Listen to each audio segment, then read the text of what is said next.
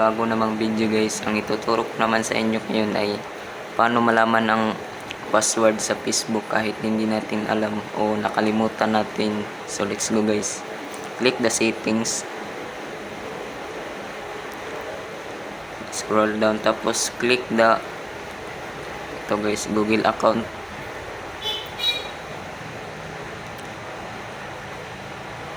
Wait lang natin guys. Ito guys, tapos click natin to Google account.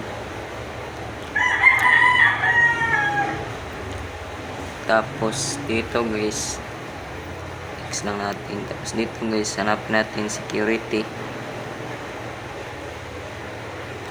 Dito guys,